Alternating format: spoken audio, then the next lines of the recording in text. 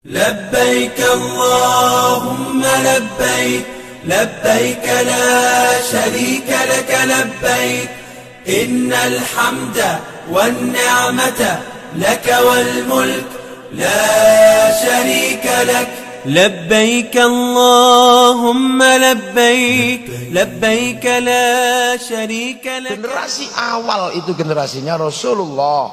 Orang yang ketemu Rasulullah namanya sahabat. Sahabat menyelesaikan problemnya sendiri. Urusan jenggot, urusan celana cingkrang itu diselesaikan di zaman sahabat. Ketika sahabat pindah ke Madinah, ketemu dengan pasar baru ujung dari jalur sutra, ketemu dengan peradaban berbeda. Ya Rasul, itu siapa? Kok jenggotnya kiri, kumisnya kiri kanan, jenggotnya 12? Oh, itu Cina. Utlubul ilma walau bisin. Maka sahabat Sa'ad bin Abi Waqqas melakukan perjalanan ke tanah Tiongkok. Pulang Rasulullah masih ada, pulang lagi Rasulullah sudah tidak ada. Maka kemudian Sa'ad bin Abi Waqqas makamnya ada di Cina, di daerah Huangzhou kalau tidak salah. Sahabat ketemu dengan orang-orang culas. Ya Rasul, di pasar ada orang culas. Ini nipu tok kalau berdagang. Oh, itu biasanya Yahudi. Tengok aja cirinya ada. Orangnya tua, giginya masih utuh, rambutnya hitam, jenggotnya nggak ada. Lu kok gitu ya Rasul? Iya, itu umat Nabi Musa. Dulu Nabi Musa mau dicabut nyawanya, malaikat Israel ditempiling. Siapa itu ya Allah? Oh, itu Musa. Kamu jangan macem-macem. Jangankan kamu, aku aja dulu pernah dikomplain sama dia. Yang hati-hati makanya. Ya Musa, nyawamu sudah expired, waktunya dicabut. Tapi bilang dong, jangan coba cabut. Iya, rambutmu sudah putih kata temanku, gigimu sudah rontok, jenggotmu sudah semrawut. Oh, kalau gitu ya udah cabutlah. Nah, orang Yahudi mikir Nabi Musa dicabut karena 3 itu. Maka orang Yahudi punya kebiasaan nyemir rambut, nyukur jenggot, memperbaiki gigi agar kalau malaikat datang, oh belum waktunya, itu. Nah, itu sudah diselesaikan di zaman sahabat. Maka sahabat kemudian menjadikan lihyah atau jenggot untuk membedakan dengan orang Yahudi. Sama kayak saya diundang seminar untuk menyeminarkan Gajah Mada Muslim dengan nama Gajah Mada.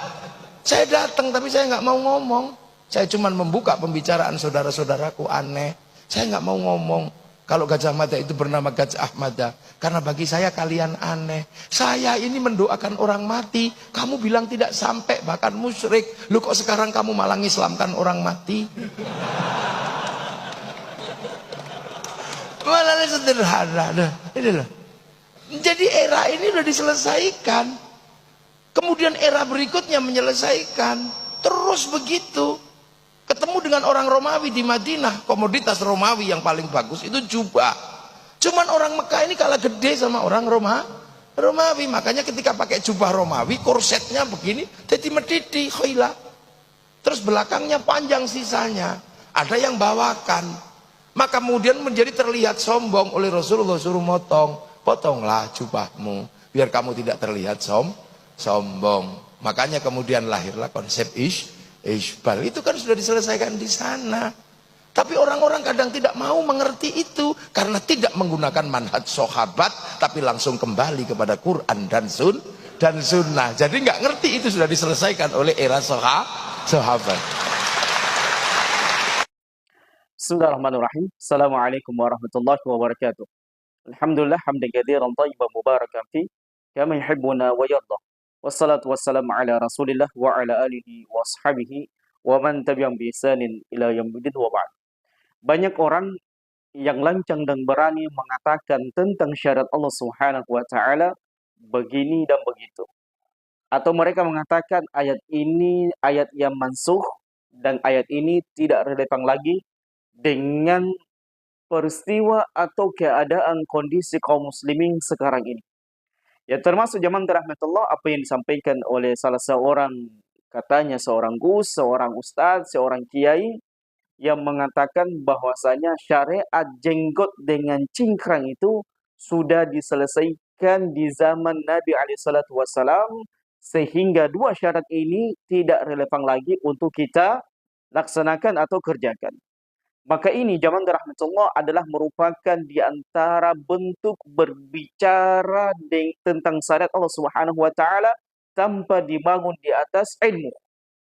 atau orang ini adalah jahil bin bodoh yang tidak paham tentang syariat Allah Subhanahu wa taala, bagaimana asbabul wurud kejadian tersebut, dan begitu pula bagaimana tadbiqiyah, menerapkan konsep penerapan syariat Allah Subhanahu wa taala sejak diturunkan dan sampai hari kiamat, maka itu akan tetap berlaku kecuali ada nas dari Quran dan maupun sunnah Nabi SAW bahwasanya syariat tersebut telah mansukh, telah dihapuskan.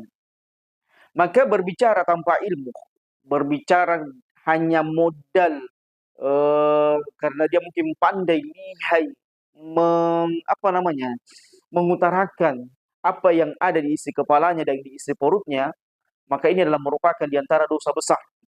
Karena banyak di zaman kita sekarang ini modal pandai berbicara, jarang mendatangkan dari Quran dan Sunnah Nabi SAW, mempelintir-pelintir penjelasan atau tafsiran-tafsiran Quran dan Sunnah Nabi SAW. Di zaman kita sekarang ini sangat banyak orang dengan legowo, orang dengan leluasanya, dengan semau-maunya, dengan seenak jidatnya, mereka kemudian mengatakan syarat Allah Subhanahu wa taala begini dan begitu.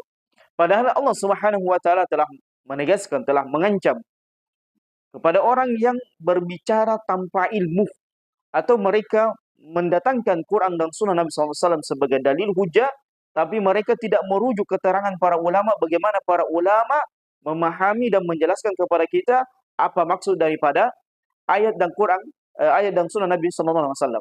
Allah Subhanahu wa taala mengatakan, "Wala takfu ma laysa laka bihi ilm, inna sam'a wal basara wal fuad kullu ulaika kana anhu mas'ula." Dan janganlah kalian lancang berani mengatakan sesuatu tentang Allah Subhanahu wa taala, tentang syariat Allah Subhanahu wa taala tanpa dibangun di atas fondasi ilmu yang memadai. Inna sama', karena sesungguhnya pendengaran, wal basar, penglihatan, wal fuad, begitu pula dengan hati sanubari seseorang, kullu ulaika kana anhu mas'ula. Semuanya ini akan dimintai pertanggungjawabannya. Jadi bagaimana mungkin seseorang itu berani lancang menerobos mengatakan demikian tentang syarat Allah Subhanahu wa taala dengan mengatakan syarat ini tidak berlaku lagi, padahal tidak ada nas dari Quran dan Sunnah Nabi SAW atau keterangan para sahabat ridwanullah jami'an bahwasanya dua syariat yang agung yang mulia ini telah dihapus atau ada pada zaman Nabi SAW saja, sehingga umat sekarang ini tidak usah melakukannya. Maka kaidah yang sangat agung yang diucapkan oleh Al-Imam Malik rahimallahu anhu rahmatan wasi'ah wa ghafarallahu liman wa karam. Beliau kemudian mengatakan, "Fama lam yakun yawma idzin dinan, falam yakun yawma dinan." Sesuatu yang tidak menjadi agama di zaman Nabi sallallahu alaihi wasallam, tidak menjadi syariat Allah Subhanahu wa taala, maka selamanya tidak akan pernah bisa dijadikan, disandarkan kepada syariat Allah Subhanahu wa taala. Luar biasa perkataan Imam Malik. Yang pertama, mengajarkan kepada kita perkataan beliau bahwasanya seputar agama, seputar akidah, seputar ibadah, seputar muamalah itu di zaman Nabi SAW dimulainya, diawalinya. Bagaimana Nabi SAW berbicara, bagaimana Nabi SAW mendiamkan sesuatu dan mengikrarkannya, bagaimana Nabi SAW mengamalkan sesuatu, bangun tidurnya beliau sampai tidurnya ke beliau SAW itu adalah merupakan diantara bentuk sunnah Nabi SAW yang mengamalkannya dapat pahala dan meninggalkannya kerugian yang besar. Apatah lagi cingkrang dan jenggot, ini sangat perintahnya sangat luar biasa. Maka ketika ada sesuatu yang menjadi agama dan tidak terhapus, tidak ditinggalkan oleh Nabi SAW sampai beliau meninggal, maka syarat itu akan berlaku sampai hari kiamat. Dan berbeda zaman rahmatullah. Kalau ada sesuatu yang tidak dikerjakan di zaman Nabi SAW sampai beliau meninggal, maka hal itu tidak akan pernah menjadi agama bagi seseorang. Karena syariat ini diwakilkan oleh Nabi SAW sebagai bentuk pengamalannya. Karena beliaulah yang diberikan wahyu. Beliaulah yang kemudian diutus oleh Allah Subhanahu wa taala mengajarkan kepada kita bagaimana berakidah kepada Allah, bagaimana beramal kepada Allah, bagaimana bermuamalah dan berdakwah di jalan Allah Subhanahu wa taala. Tidak seperti orang kebanyakannya di zaman kita sekarang ini. Mereka apa yang datang dari Nabi SAW yang merupakan sunnah Nabi SAW yang dikerjakan oleh para sahabat, tabi'in dan a'immatul arba', mereka katakan demikian. Ini tidak relevan lagi, tidak mungkin dilakukan di zaman kita sekarang ini. Sementara ada sesuatu amalan yang tidak dikerjakan oleh sahabat Nabi SAW di zamannya Nabi SAW, begitu pula di zamannya tabi'in dan tabi'in dengan immatul arba mereka lakukan. Jadi bagaimana konsep beragama seperti ini?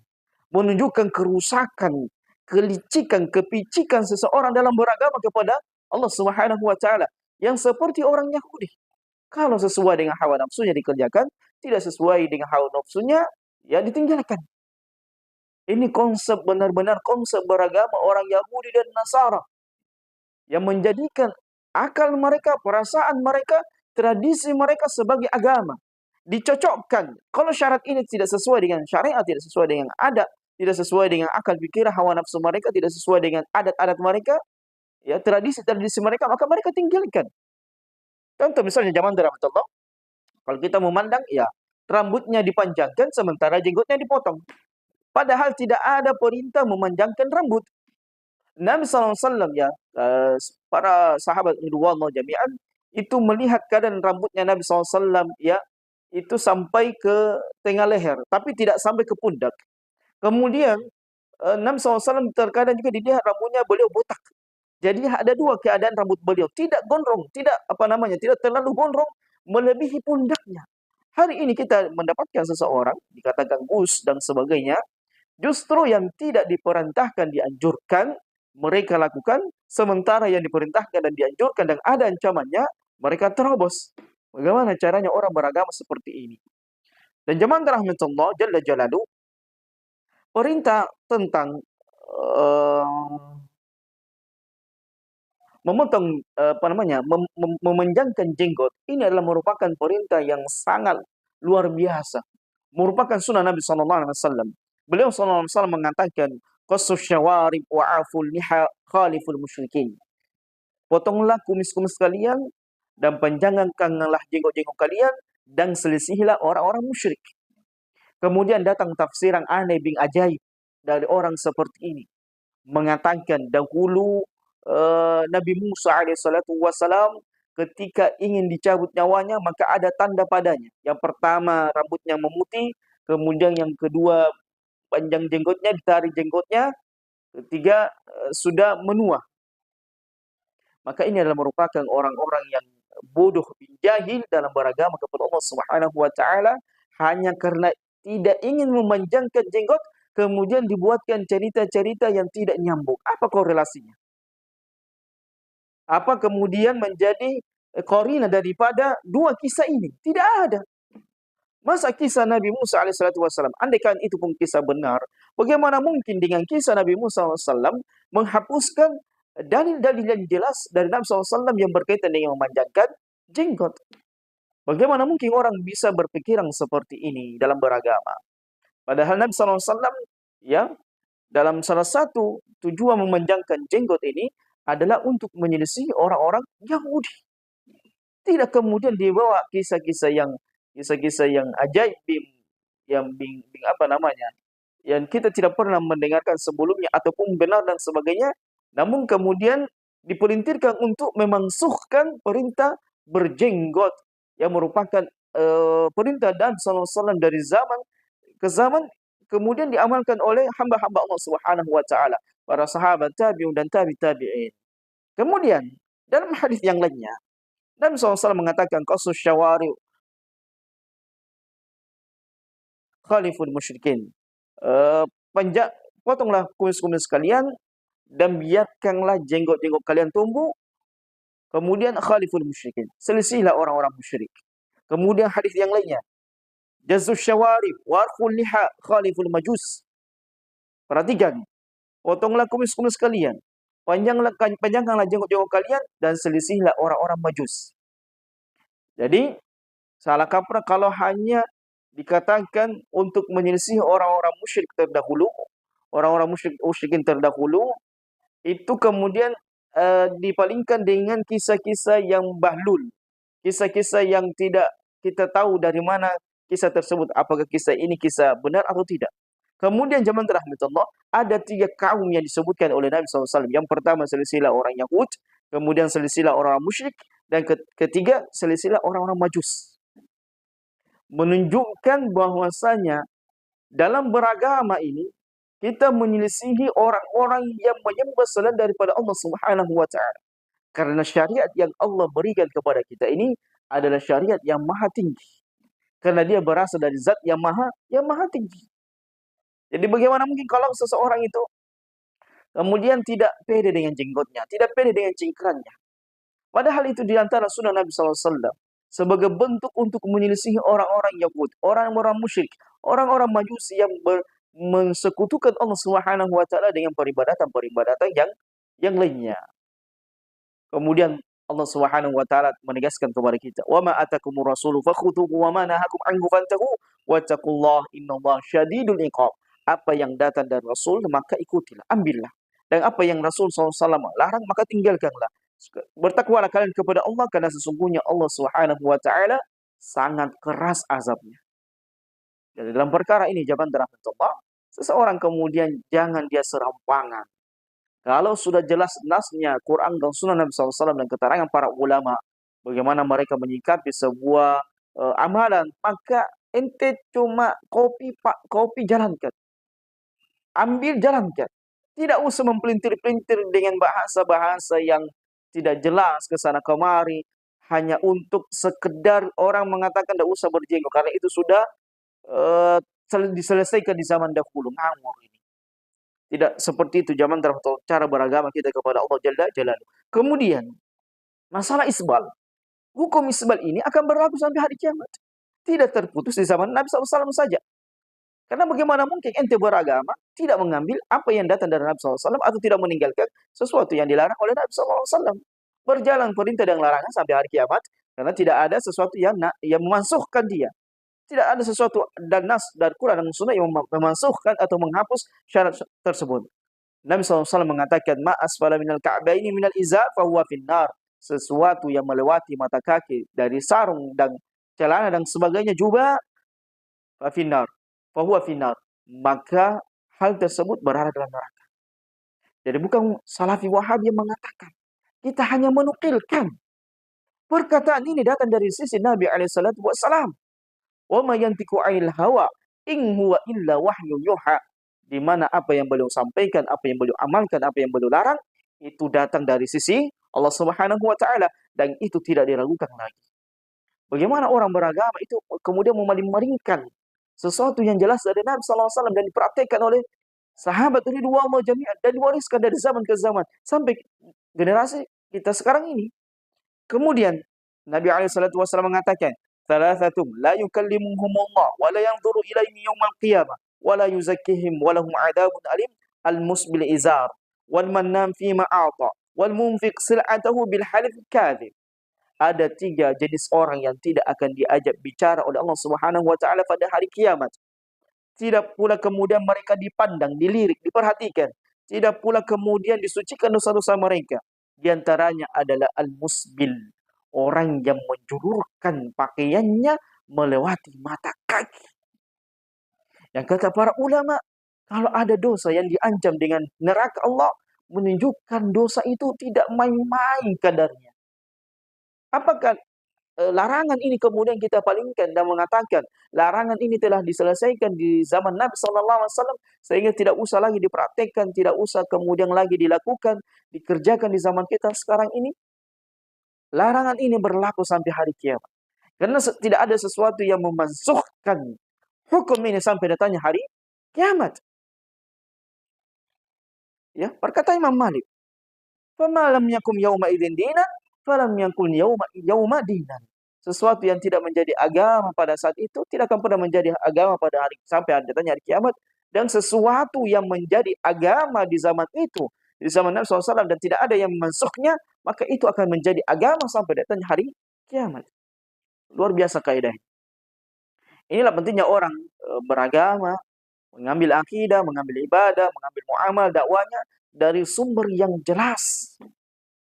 Tidak kemudian memanipulasi hukum-hukum Allah Subhanahu wa taala yang dengan lihainya dia berbicara memalingkan manusia dari hukum Allah Subhanahu wa taala. Hati-hati ente. Ini merupakan di antara dosa besar. Tidak main-main zaman rahmatullah. Kalau orang marah dengan manipulasi sekarang suara, karena kita selesai pemilu, kita marah, kita mungkin merasa dicurangi, dimanipulasi data-data itu.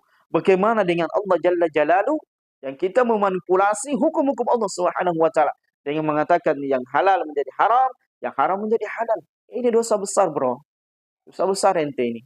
Kemudian Nabi SAW mengatakan dalam hadis yang lainnya, "Man jarra thawba khuyala lam yanzurullaha ilaihi yaumal qiyamah." Siapa yang menyeret pakaiannya dengan kesombongan, maka Allah Subhanahu wa taala tidak akan pernah memperhatikannya pada hari kiamat.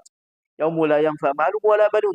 Hari yang sangat keras dahsyat, yang pada saat itu mata terbelalak, pandangan menjadi tertunduk, hina pada saat itu manusia, dan manusia butuh pertolongan.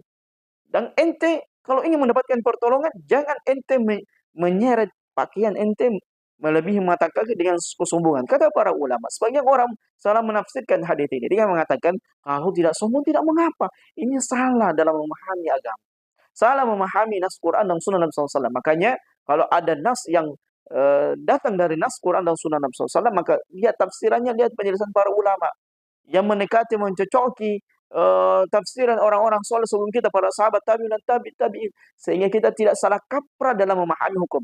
Maksudnya, kalau menyeret pakaian saja itu dengan tanpa kesombongan merupakan dosa besar, apalagi menyeretnya dengan kesombongan.